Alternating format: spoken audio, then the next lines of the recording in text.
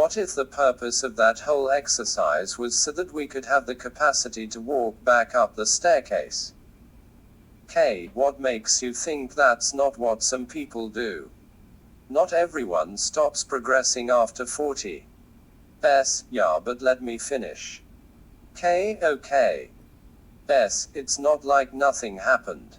You got an education during that time, you got a family, you got a house payment. That was the point of the staircase, right? Now that you're at the top or bottom actually of that experience, we seem to lean back, not forward, and create a recess of presence, begin to leverage the former experience against the context around us, focusing instead on pulling things in now. K. That's what we were doing before though. Pulling in an education, pulling in a family. S. And we use leverage to do it right. Our looks, our intelligence, our humor. Our time in exchange for some shit sham professor, not because we want to, but because we need the leverage of the certificate. The shit sham professors use that leverage over us. Their only value that could warrant such endurance of them as our way to that. We try to marry while people still think we are smart and funny, good looking. Get it done like we are looking forward to the rest of it. K. And then the metabolism shortens. It's not just that people want to have kids, simple biology is part of it. If you're living as a parasite in a parasitic system, complaining about the behavior doesn't help describe it better. I think that's what you're saying.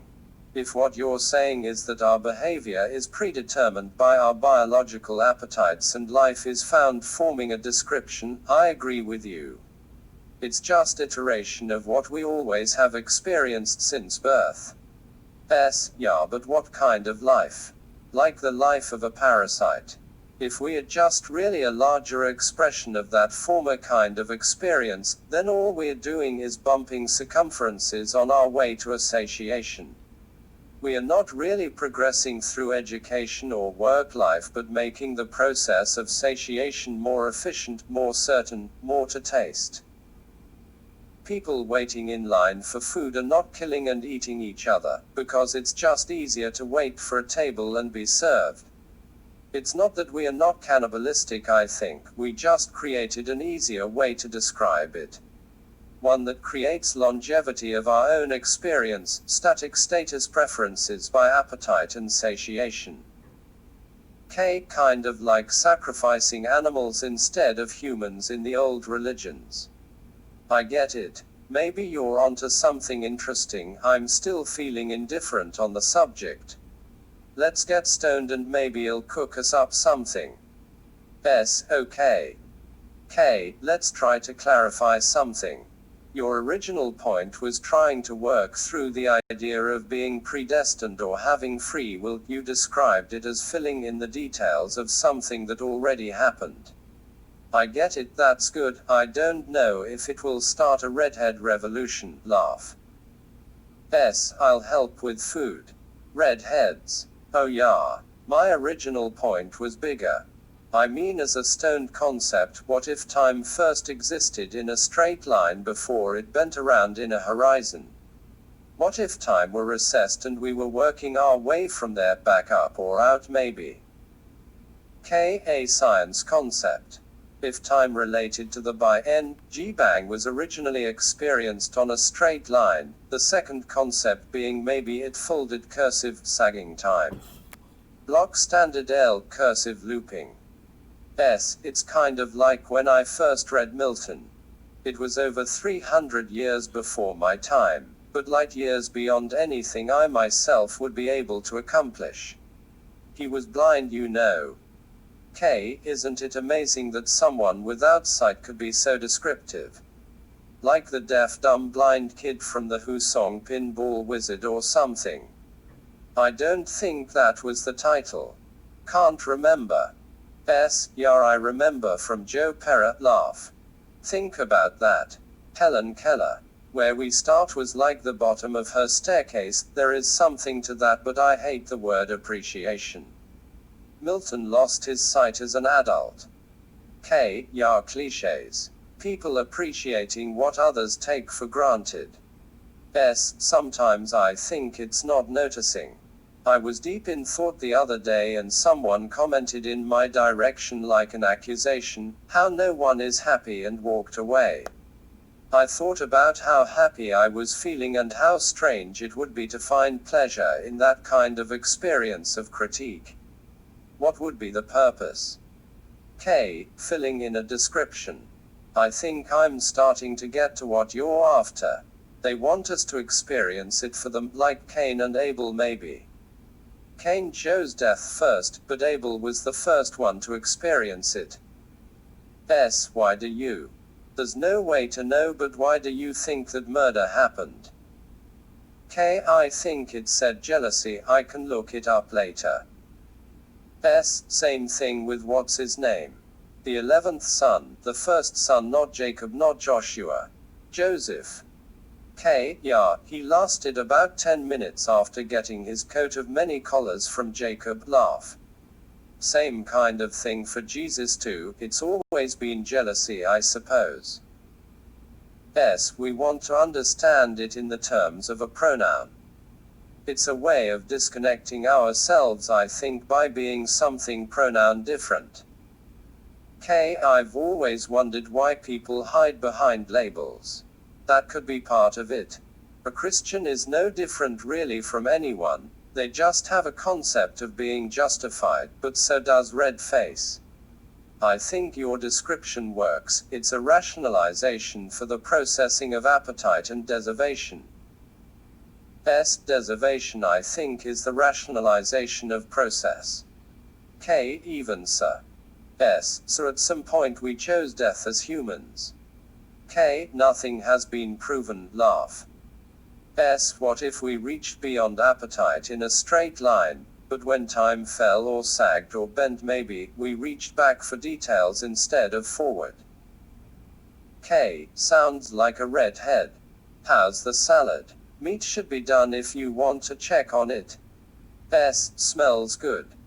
K. So what is this time fell off stuff? I'm not getting why you think it's logical or some kind of necessary predisposition of how. How would we expand past appetite in a straight line, if we weren't even born until the universe was curved and expansively settled? S. Curved. I wonder if they mean that, settled in recess, they think of it as expansive, I guess. Expansively settled. I like that word for it. K. Gee thanks, don't forget I'm a scientist and you're nearly a street beggar. Laughing. I don't need lots for your approval.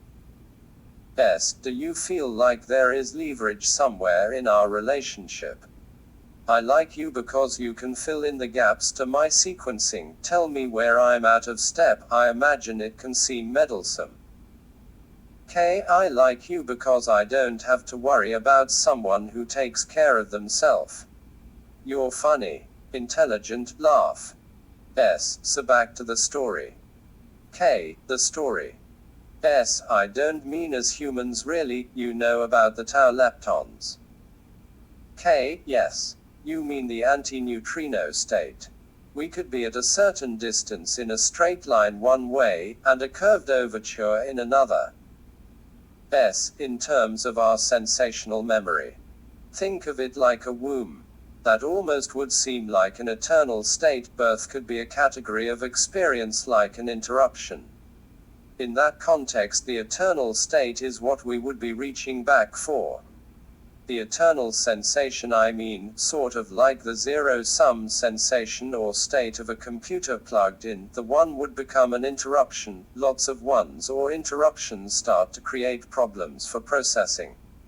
It could be what we consider conceptually the fallen state or imperfection of the human condition. K. Processing you mean? S. No, I mean not knowing what to do. K. That's a good point. Sensational memory extends to birth, I'm sure the womb is included. I don't know how you could describe a distant correlating lepton with animatronic sensation regarding a memory of something descriptive. S. Maybe that's the point though. What if the experienced distance preceded the description? The point may be of time bending in recess after the straight line formation is providing the opportunity for a description. K. The point, like some kind of deistic mentality of purpose to the description of universal expanse or the Big Bang. S. I just mean what if time in a straight line doesn't really mean anything because we're experiencing everything at the same time, in the sense of focal perspective. The curvature of time related to our own experience is like gaining traction to the former sight line, but with a description of experience that lacks a focal perspective of all things all at once. K. That is kind of interesting. We are starting to think that it's possible we are in a game of some kind. We know how to project 3D imaging, but projecting sensation is still beyond reach in some ways. S. What do you mean? K. Well, we can project sensation with a laser or a rock even, but we can't attach sensation to a projection of a 3D image, watch it react, or with maybe pain or pleasure, something along those lines. S. It could be that leptons are the sensational mirror of the former description of travel. The mirror neutrinos could be how we vitalize sensation. Just a thought, but I don't know a description like that is necessary to understand my thinking. Tesla said something that bothered me for years, that eventually the two lines of relativity meet, and that's where the curve ceases. K. Why would that bother you besides the science of it? S. Well, how would momentum not cease if we are not on some kind of wave? If the curve ceases, like a rock skipping across the lake or body surfing, when the curve of momentum ceases, wouldn't the rock sink? It seems like the expansive attributes of dark energy are necessary for ballasting, but if we weren't rolling, we could actually attribute the rate of rotational spin to a falling through of the same substance. K. How would you account for travel? The sun pulling the solar system through the universe or galaxy? S. I know, we have been tricked by observation a lot. That's what I mean about sensation preceding a description. We think we observe something and then describe the process, but in some ways we could still be like the Catholic Church describing the sun as the resting center. K. I don't think any cosmologist would argue with that potential. Galileo was able to describe it through observation and he was accurate. It's just what we think until someone actually observes it. It might be related to sensation, who knows? S. I wonder though if Galileo didn't first disagree with the sensation of the description. What if that was sort of his shot of adrenaline to observe it enough, be capable even enough for the thought? K. You mean with the resting center as a concept? I get that, it's still a lot of overthinking I think. We think one way until someone describes it different.